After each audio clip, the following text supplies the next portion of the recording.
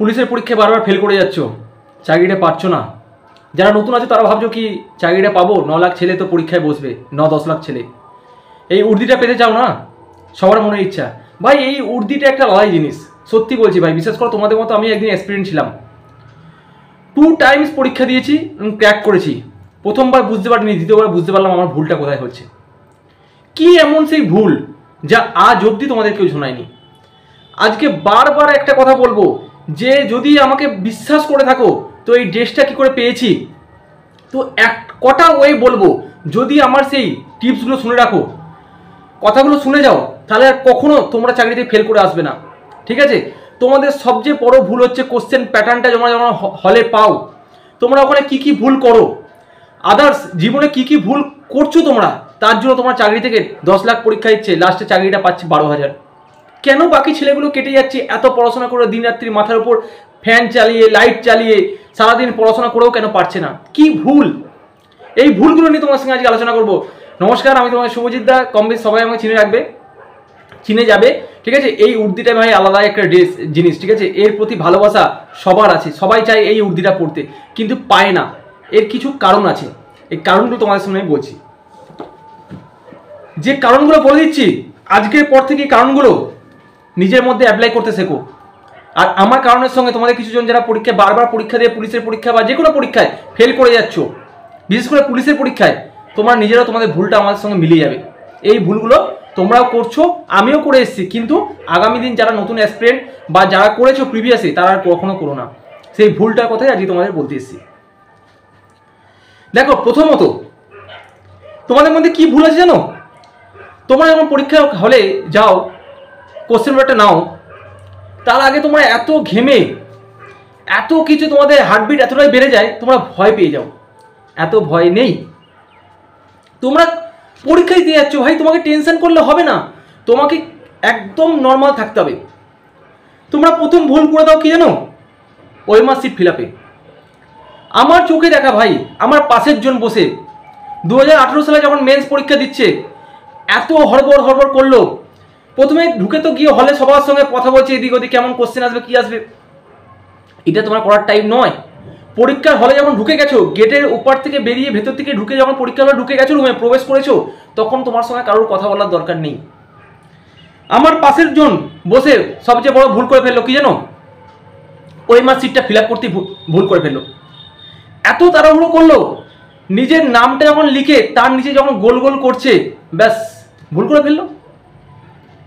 তাহলে আজকে সে সারা পুরো প্রথম থেকে প্রিলি দিল, মার্ক দিল, তারপরে মেন এক্সামে গিয়ে সে ভুলটা তার করে ফেললো।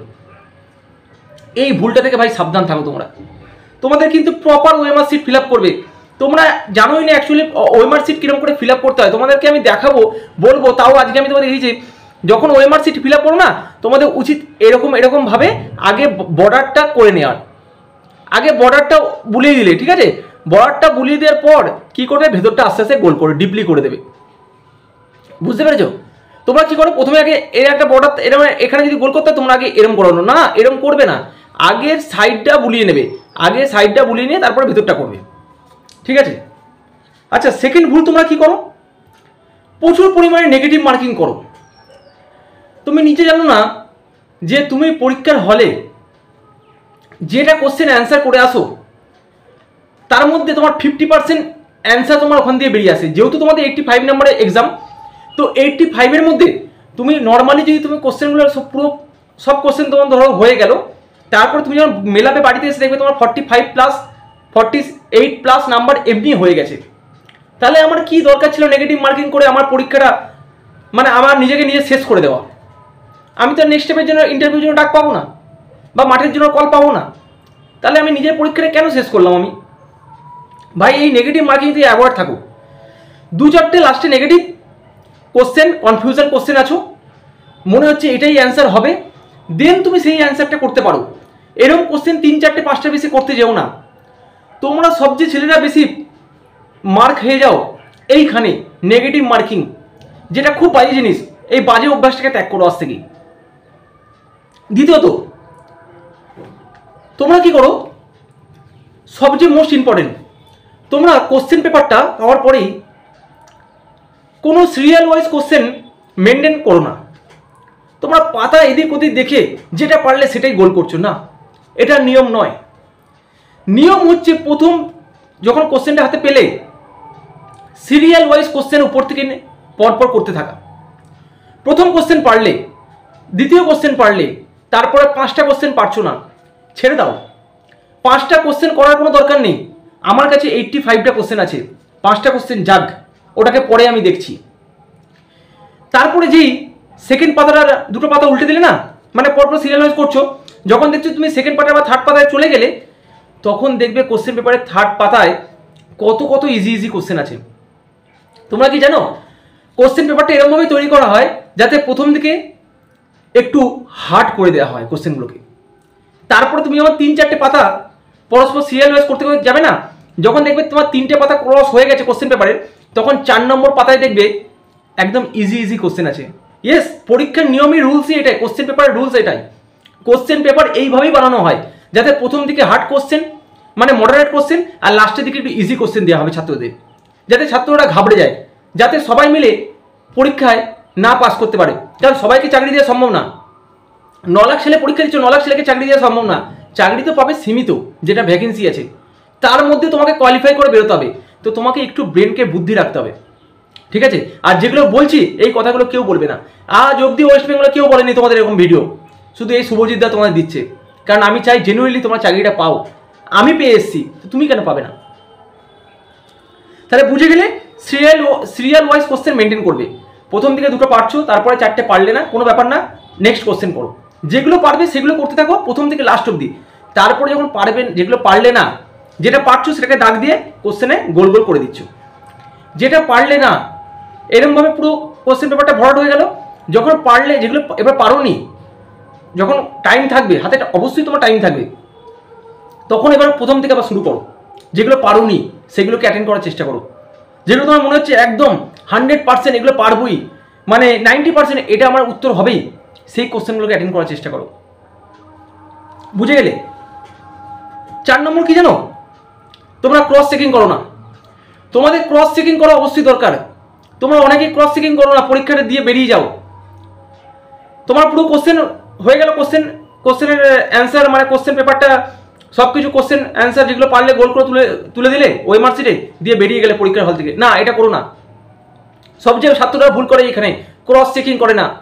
যখন পরীক্ষাটা তোমার দেওয়া হয়ে গেল, কোশ্চেন পেপারটা পুরো হয়ে গেল করা, তারপরে ক্রস চেকিং করো যে কোন কোশ্চেনগুলো পারোনি, কোন কোশ্চেনগুলো তুমি আরও পারতে। দেখবে ওখান থেকে 2-4 নাম্বার, 2-4টে কোশ্চেন আরও পেয়ে গেলে, 2-4টে কোশ্চেন ওখান থেকে আরও নাম্বার বেরিয়ে গেল তোমার। এইভাবেই তো পরীক্ষায় পাস করতে হয়, এটাই তো টেকনিক। নাকি প্রথম থেকে সেকেন্ড মিস্টেক।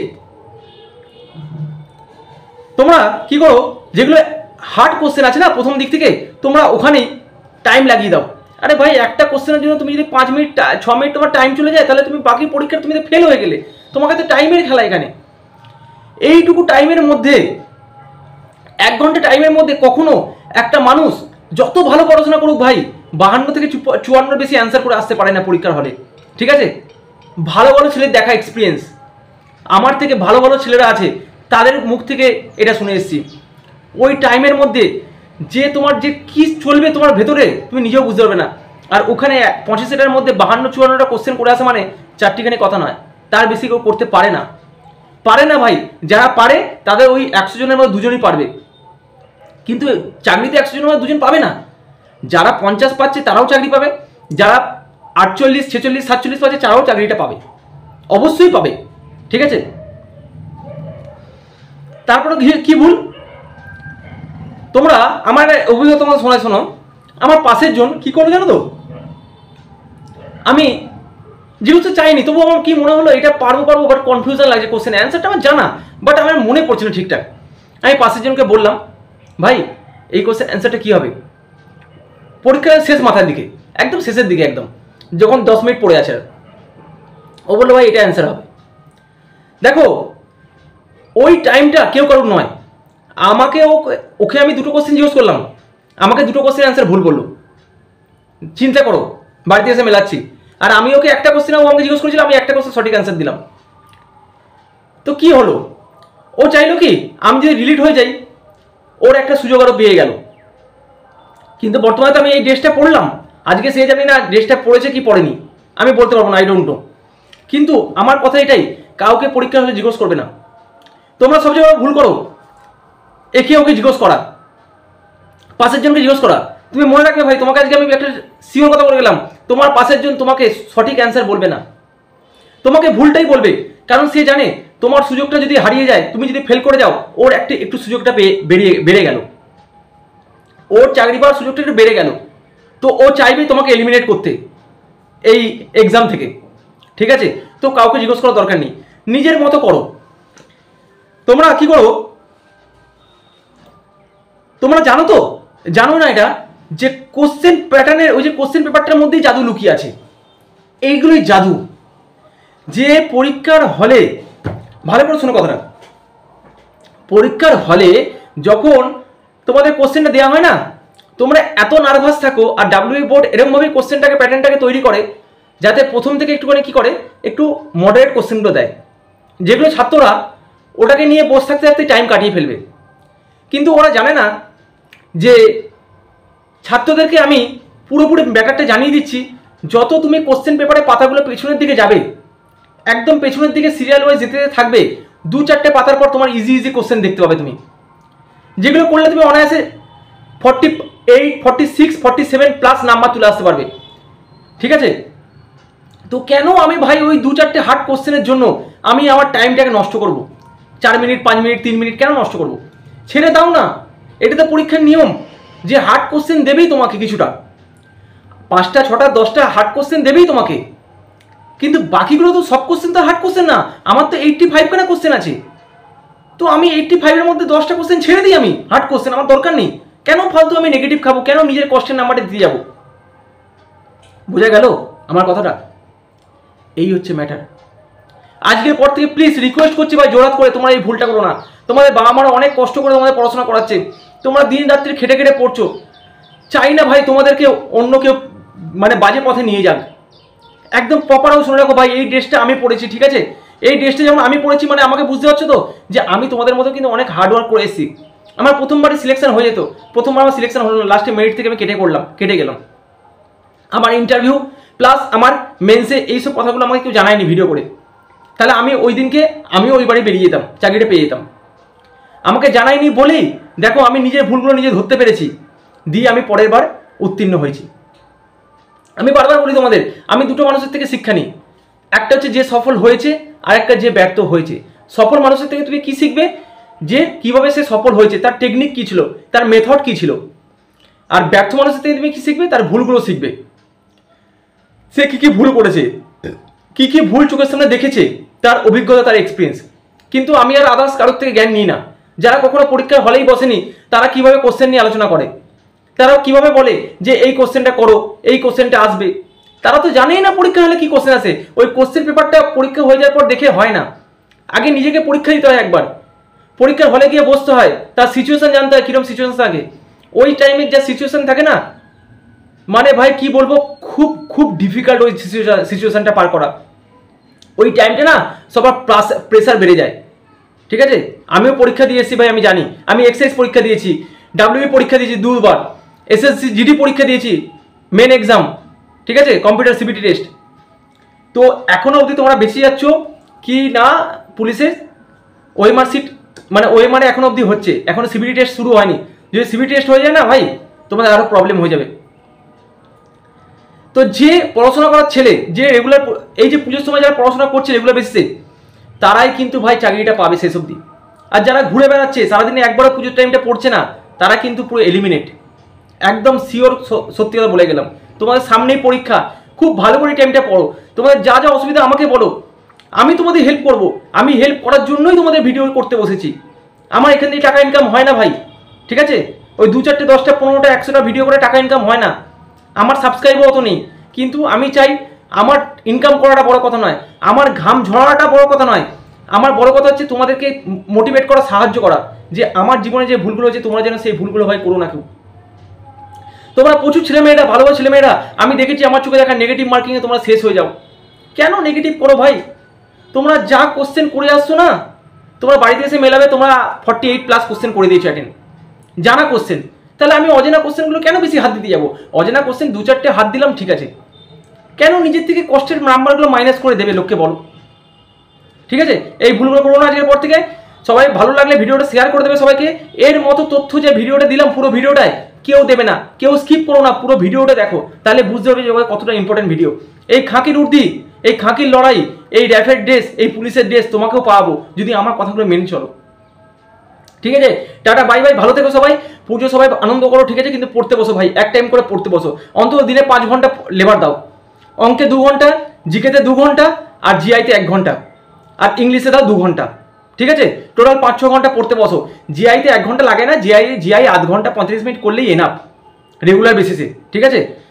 পুরো সমস্ত রকম কি কি করতে হবে, কোথা দিয়ে করতে হবে, কি কি বই ফলো করবে, সমস্ত আমার ভিডিও চ্যানেলে ভিডিও করা আছে। আমার চ্যানেলটা হয়েছে খাকির উর্দির লড়াইয়ের জন্য চ্যানেল। তোমাদেরকে চাকরি পাওয়া বই যদি আমার কথা মেনে চলো, আমি এই ড্রেস পরে বসে দিতে তোমাদের ড্রেস পাওয়াবো, ঠিক আছে, যতই আমার ঘাম ঝরুক আর যাই ঝরুক। ঠিক, ভালো ভালো করে শুনেছো তো আমার কথাটা?